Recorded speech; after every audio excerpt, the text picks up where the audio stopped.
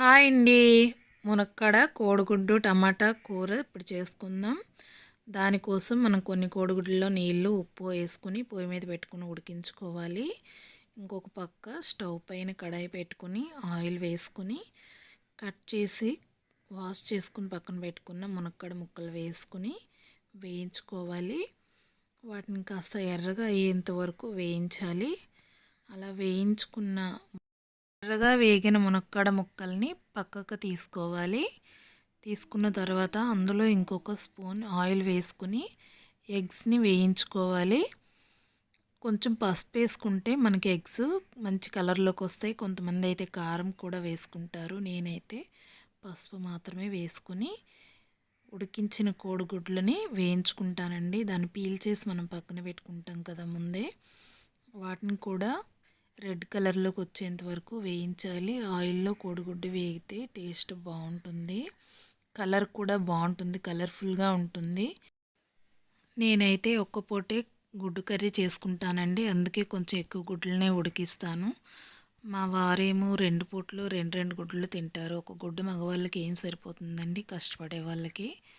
అందుకోసమని కొంచెం ఎక్కువ గుడ్లనే వేసుకుంటాను.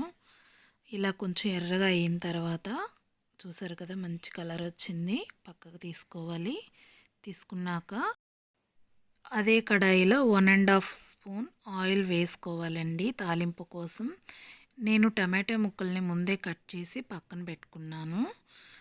ఆయిల్ వేసుకున్న తర్వాత అందులో ఆనియన్స్, పచ్చిమిర్చి, కరివేపాకు, దంచి పెట్టుకున్న వెల్లుల్లి వేసుకోవాలి. ఆవాలు, జీలకర్ర కూడా వేసుకోవాలండి. నా దగ్గర వెల్లుల్లి లేదు, అందుకని నేను అల్లం వెల్లుల్లి పేస్ట్ ఉంటే వేసుకుంటాను.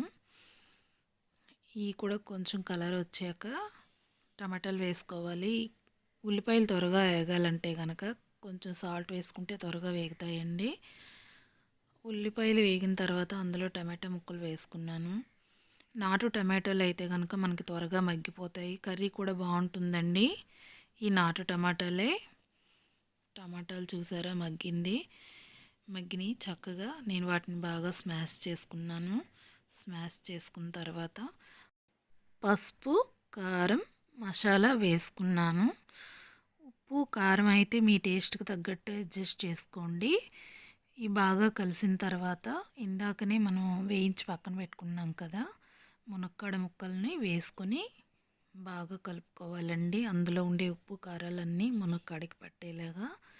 ఆ తర్వాత మనం గ్రేవీ ఎంత కావాలనుకుంటున్నామో దానికి తగ్గట్టు నీళ్ళు పోసుకోవాలి. అందులో ఉప్పు కారం అది మీరు అడ్జస్ట్ చేసుకోండి.